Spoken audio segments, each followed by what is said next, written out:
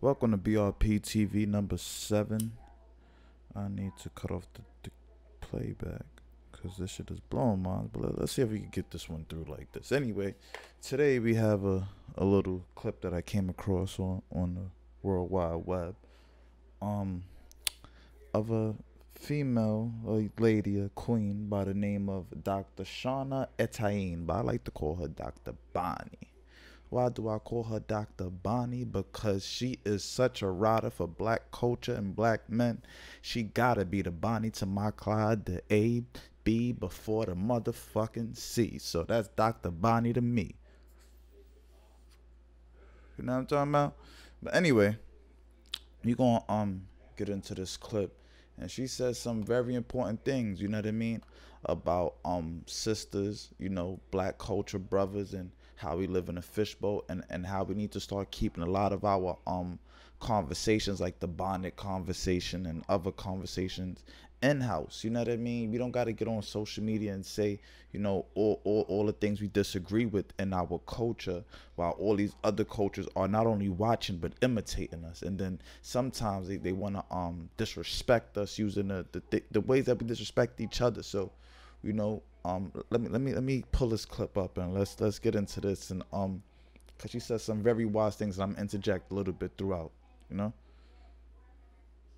We are used against each other, and how we're helping to destroy our community from the inside out, right? Because we've been infiltrated, we've been conditioned, we've been engineered, we've been brainwashed, and we're constantly destroying our own community from the inside out.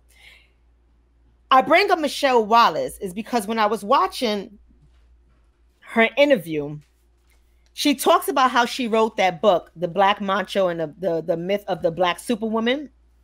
She talks about how she wrote that book when she was 27 years old. And she wasn't a master level educator. She wasn't a doctorate level educator as she is now. She was just a 27-year-old. She had a bachelor's. She was just upset about what she was experiencing in her own community when it comes to how black men, through her eyes, were treating black women.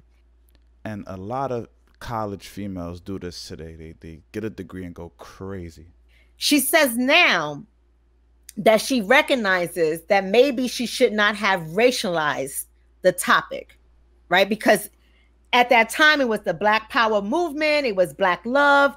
And, you know, that can get anyone upset, right? When you're seeing everyone talk about Black love and Black power and all this stuff, but then you see in the inside some of the social ills that exist in our community and other communities too, not just the Black community.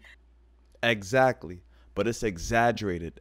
It's like a magnifying glass put on the black community, because we need to be over-policed, over-regulated, under-respected, underpaid.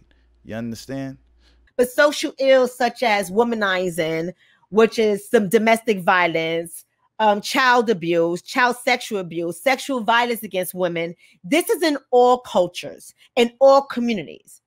But when you have this this feminist movement by white women, you know, and your CIA operant, Gloria Steinem, when you have this movement, their language, their coverage, their propaganda, their fight, their frustration is also being heard by our black women. This is just an example, right, that I'm giving you guys that I got out this film. Yes, and I encourage everyone to go get Buck Breaking by Tariq Nasheed. It's being heard by our black women. And when you hear something long enough, it has the potential to have you adopt the concept. This is why black media is so controlled. This is why stations like BET, which was once black owned, is now white owned, right? We should not be selling our media, but that's a whole nother conversation. But it's a conversation that needs to be had, because when Robert Johnson sold BET, it put black people in a very peculiar position that we have yet to kind of really bounce back from. We see what happened at the BET Awards with brother Little Nas X. You know, unfortunately, the young man is lost, but he's still our brother nonetheless. You know, so it's been a downhill battle for the image of the black man since BET was sold and acquired by Viacom in 2001. You know, we see what reality television has done to black females since 2001. We see how the black boy's image has been changed since 2001. But let's get back to the sister. This is why black media is controlled. This is why black advertisement is controlled. This is why black models or actors and singers, they're all handpicked and they're controlled, and they're told what parts they're going to play, what roles they're going to play. This is why their films are not funded, because they want to control the narrative. They want to control what's being put out there, because if you put something out there and someone listens to it long enough, they will begin to believe it, even if it's false.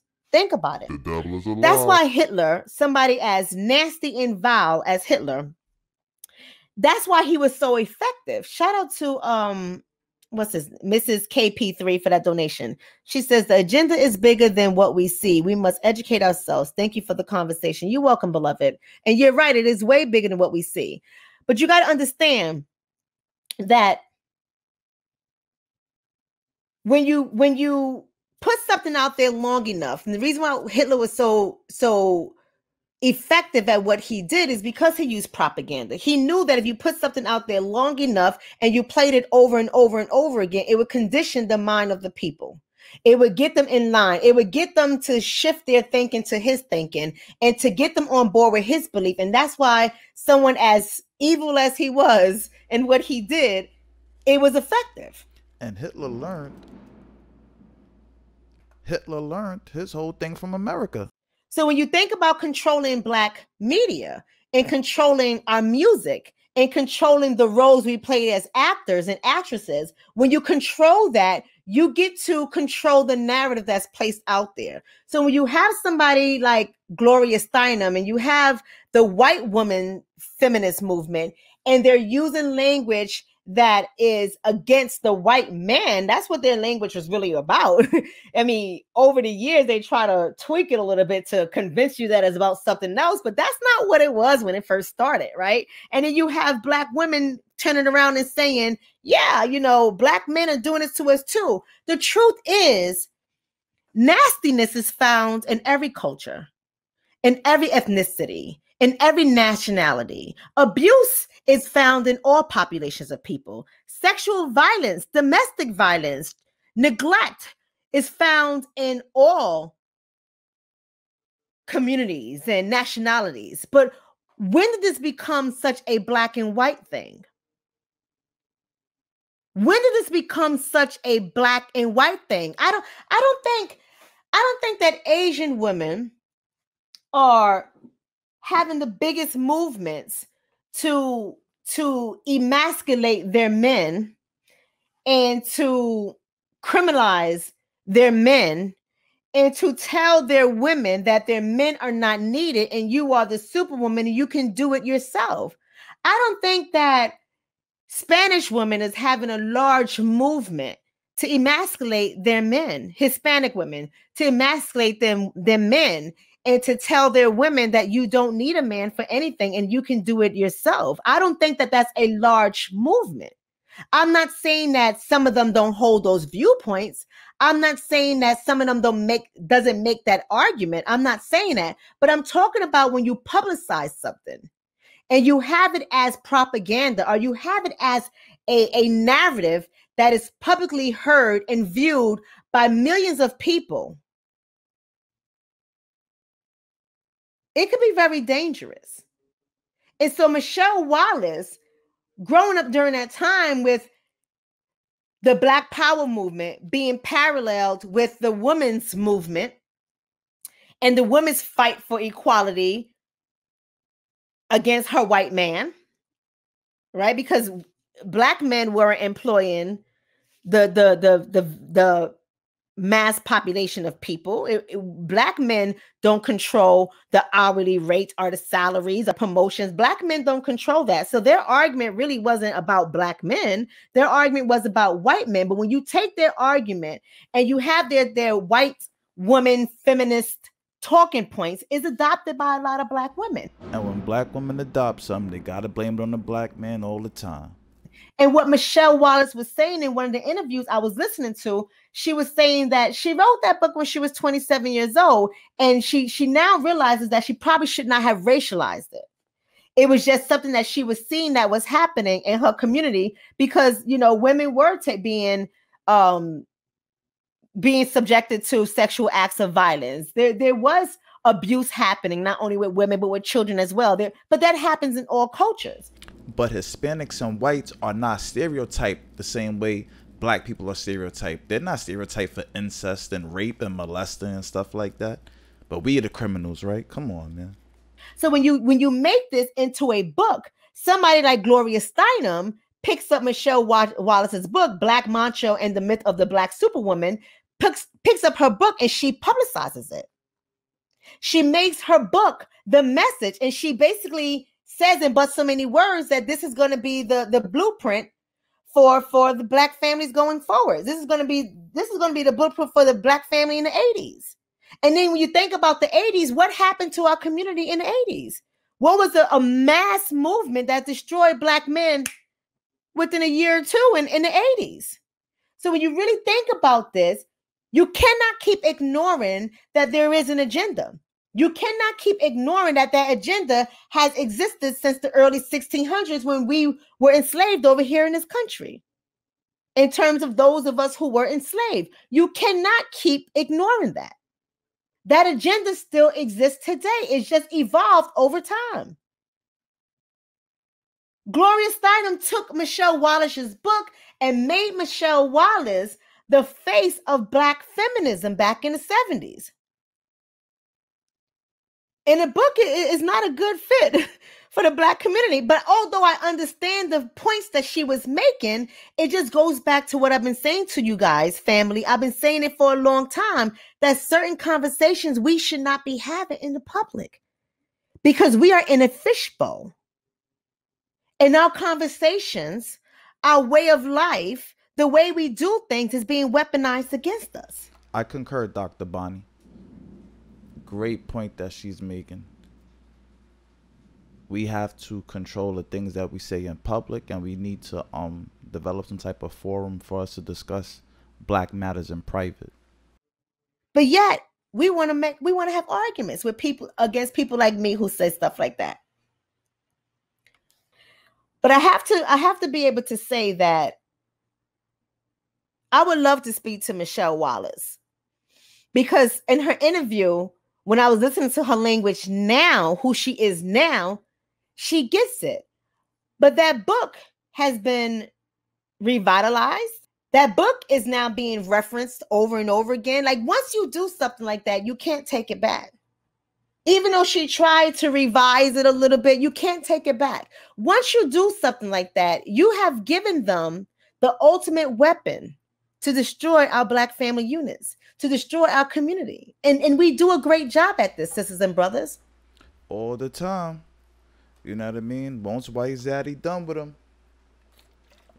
use them, abuse them, throw them to the curb.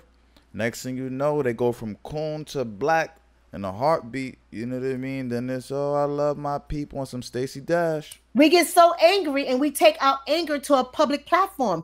We got to be very careful how we do that and what we choose to talk about and whom we choose to talk about it with. Be very, very, very careful. Very careful. Please. They took this woman's book. They put her face on the cover of the magazine. And even in that, I know she was young, but even in that, she speaks about how they told her to take her braids out. It said it wasn't a good look. Now braids, you know what I mean? It's everything, right? Kim K, that's everything now. For the magazine or for promoting that book. Take your braids out. Took out her braids. They put so much makeup on her face. She said they were lightening up the complexion. Makeup, the makeup industry, $billion industry, telling black girls that, you don't gotta be so black. You're not so pretty. You're not so this. You're not so that.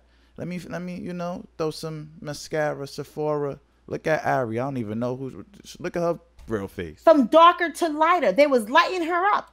And she realizes now what was being done, but when she was 27, she didn't realize it. So when I talk about drawing parallels, I think she lying. You now begin to understand and see how younger people are almost always targeted by the dominant society to use their face for their own agendas. Younger people be knowing what's up. They be with the shits. But they really think that they beauty gonna last forever, and when it runs out, you know? Because younger people in their 20s and in their early 30s, they know all the answers. They know everything. They big and bad. They're trying to make their little fitting in the world. They're trying to get their power and their control. And they don't really understand this game. You can't take a face like mine and try to weaponize it against my community. You afraid of what I'm going to say if I get on your television. I'm not Oprah. Yes, let's speak about Oprah. Because Oprah, you know, as it was stated in The Age of Oprah by Janice Peck, Oprah is a cultural icon for a political project. You know what I mean? Oprah's mom was on welfare, but Oprah got a scholarship to go to a private white, you know, a white private school based on her mom's welfare status. And then she used that to, you know, become an intern at a white radio station who was getting pressured by the FCC to basically go with diversity on some Rachel Nichols motherfucking Maria Taylor shit. Like, come on. You're afraid of what I'm going to say if I get on your television screen, right? But when you take young people not only want the fame, they want the acknowledgement, the recognition, the notoriety. They want all of that. The perks. That's what we would call butter biscuits, right? Exactly. You know, in the great words of Brother Tariq and all that, he speaks about, you know, the Black caucus shaking their tail feather for some butter biscuits. You know what I'm talking about? You know, just for incentives. You know what I mean? For those who don't want to speak you know, Ebonics with us or whatever the case may be, right? You know, I want people to understand something, man. You know, when we come together as a community and all that, you know, I want y'all to understand that it's rules to Parliament. You understand? I want y'all to understand that, you know, it's a code that you got to live by. And, you know, for lack of better terms, we just going to go with B1. And that should be your code as a Black person, you know, living on planet Earth, period. I don't care where you motherfucking live, if it's Nigeria, America, Cambodia, or Africa. You know what I mean? Or Ethiopia, whatever. You got to be B1, Black first at all times. 1804, it says in the Constitution of 80. All people of melanated skin or any type of melanated blood, since y'all want to make things like the one drop rule, of course I'm paraphrasing, but everybody shall be deemed Black.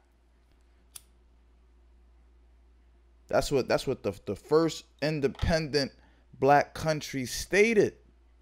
You understand?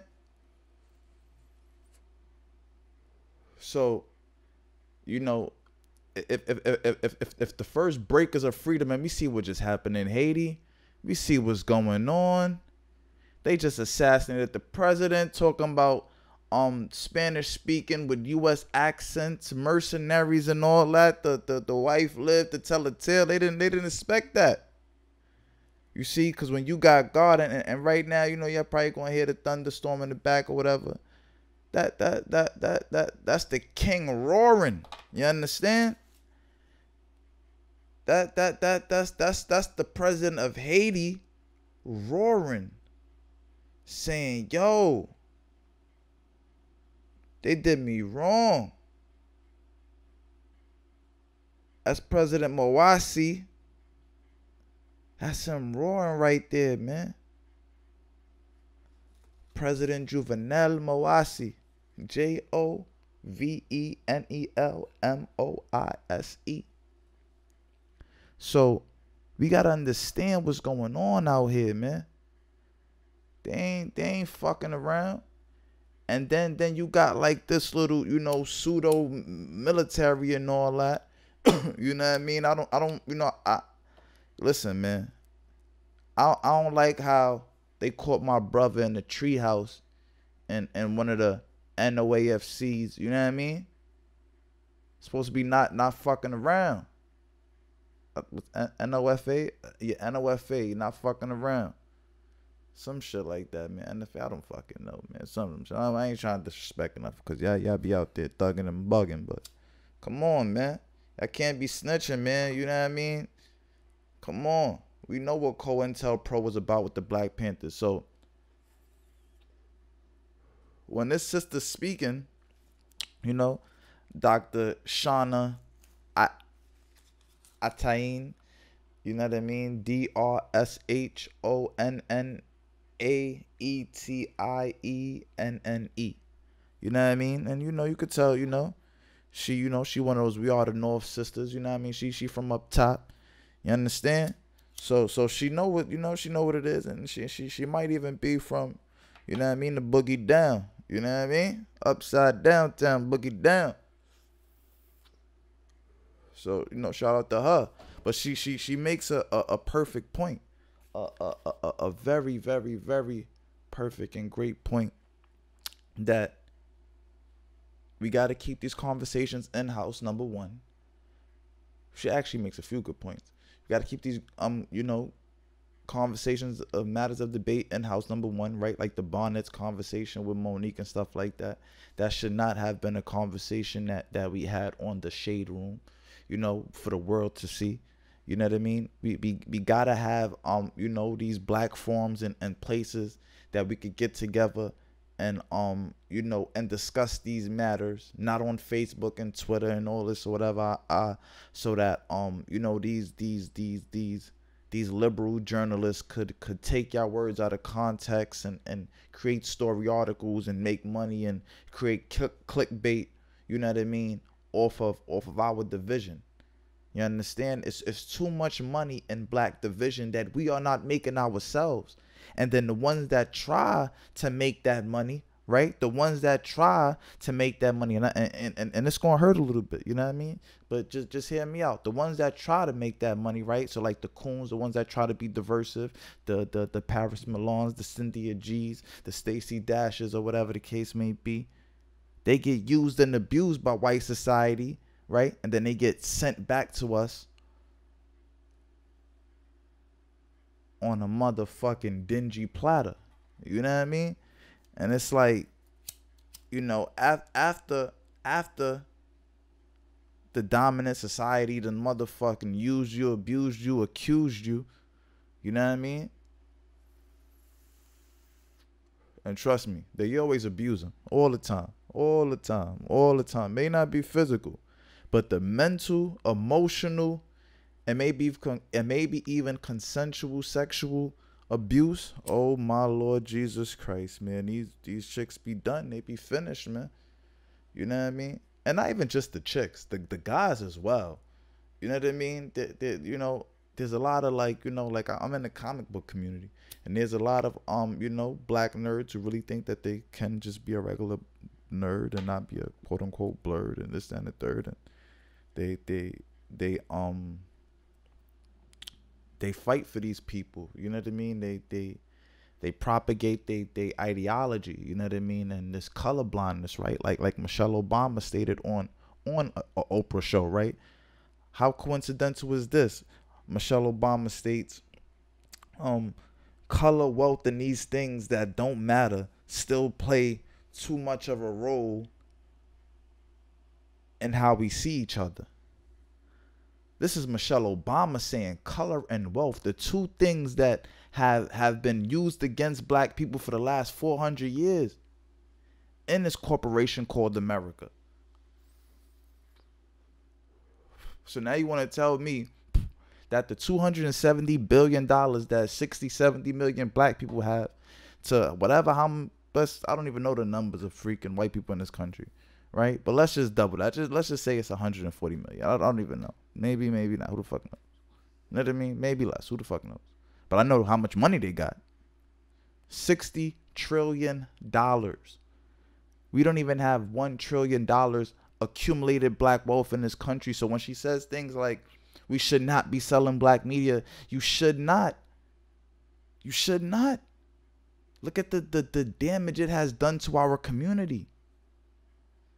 Since 2001, we have seen 2 decades of no black media.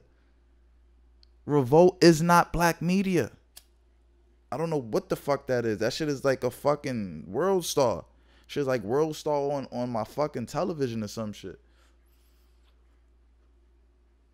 So, Drink Champs is supposed to replace 106 in Park? Like, you serious, man? This what we doing? Alcoholism? Come on, man. Shit is crazy, man. Shit crazy how they got niggas thinking out here, man. We gotta get off that bullshit, man. We really, really, really, really, really do. We gotta get off, you know, what Dr. Ambani calls it? Intra-racial fatigue. You know what I mean? You know, basically like black on black crime, black people, you know, stereotyping black people, not putting black people first, you know what I mean? Trying to be the motherfucking the defender of all other races when it comes to black people, justifying everything else but black causes. We gotta get off that bullshit. You know what I mean? We gotta get off the, you know what I mean? I don't see race, I don't see color. That's bullshit. We gotta get off the pull yourself up by the bootstraps, because that's possible, but it's mostly bullshit. You know what I mean? Like, because everybody else has some type of government help, some type of governmental intervention. We need our reparations. We need our money. Our families, our descendants, our ancestors, they built this country and they don't get shit. They don't even get respected. We just got a holiday for Juneteenth after 400 years. We can't even get protection. We can't even call police to administer our rights. We gotta call lawyers and non-profit organizations to get our rights administered by a government that we pay our taxes to. Why is this why is this a thing in 2021 when we supposed to be past all this, right? Martin Luther King died damn near 40, 50 years ago. What's going on? Where we at with it? You know, we got prop up Oprah and think that, you know, one black female billionaire is supposed to motherfucking make right millions upon millions of black women in poverty. You're supposed to think that one drug dealer making it out the hood is supposed to, you know, make do for all my brothers that's dying in the streets right now as we speak. Shit don't do nothing for us. Come on, man. Gotta get off that shit, man. So, just to, you know what I mean, run it back in conclusion and all that. I don't want to, you know, keep y'all all day and all that, whatever the case may be. You know, we got shit to do. We got work to do. We got, you know, communities to organize. We got motherfucking businesses to run. You know, lost time to make up for books to study. You know what I mean? My brothers and sisters, we out there, you know, doing a lot of great things. So I'm gonna let y'all get back to what you're doing. But I do want to leave this with y'all, and that's why I wanted to, you know, break down this video and just, you know, play it at length. You know what I mean? You should go, you know, subscribe to her YouTube page. It's Dr. Shonna Etienne. She does like a lot of, you know, great content. This was from her buck breaking DVD review. Y'all should go to Amazon, get that great DVD or whatever the case may be. You know what I mean? Go watch that, check that out or whatever the case may be.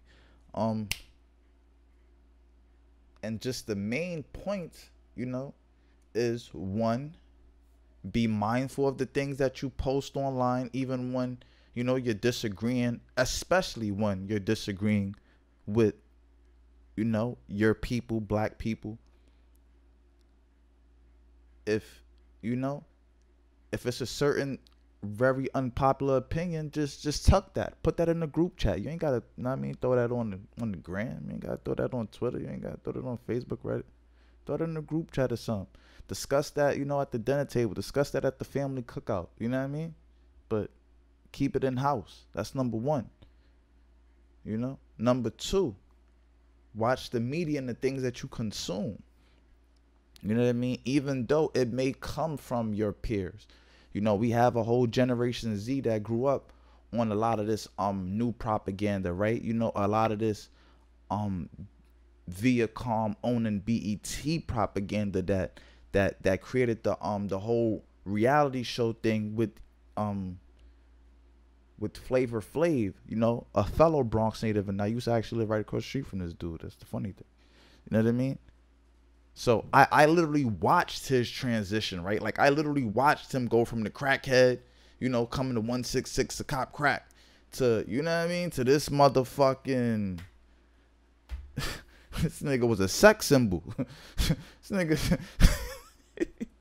niggas made a black crackhead a sex symbol. Like this is shit we gotta go through. You know what I mean? And you know, no disrespect to Easy, you know what I mean? He know what he did, you know what I mean? Black men live in truth. We don't be on that lying bullshit. But goddamn, nigga. You know what I mean? Our black men, our black sex symbols as a heterosexual black man gotta be a crackhead. So we on? With a big ass clock around his neck? Like, come on, man. Come on, man. I wouldn't do that to nobody else, man. Only us, man. Only us. We allowed that shit for too long. Niggas was, you know what I mean, doing whatever they was doing. I don't know. No, or all of the leaders, they had locked them up. You know what I mean? Yeah, President Joe Biden put all of our leaders in jail for selling the products and commodities that his nation snuck in and made deals and diplomatic arrangements with, and then got the money back by seizing the money from drug dealers. Because yes, the money that's made from drug dealers go right back to the precinct. A lot of those cars that you see police arresting you in was ex-drug dealer cars. Well, not a lot, 1/4. Be ex-drug dealer cars. Yes, it's true. Yes, that time when they came up in your house and took 30,000, but only said they took 23,000. That 7,000 went to the, you know what I mean? Went right in the sergeant pockets, went right to his mistress crib that the wife don't know about. It's a dirty game out here, man. It's a dirty fucking game. And I'm tired of them playing it with us. They ain't gonna keep doing that. They ain't gonna keep doing that. So, you know what I mean? Everybody stay black, beautiful, bold, and all that good shit, man. You know, enjoy your day. This Black Renaissance podcast, the most wise Fleavelli, aka Fleezers. You know what I mean? Go check out my comic book too, www.theghoulcomics.com. And, you know, see y'all on Tuesday, man. Instagram TV. Shout out to y'all. Yeah, y'all did good, by brother. You feel me? We out of here, man. Deuces. Peace, love, and happiness. Just peace, love, and happiness.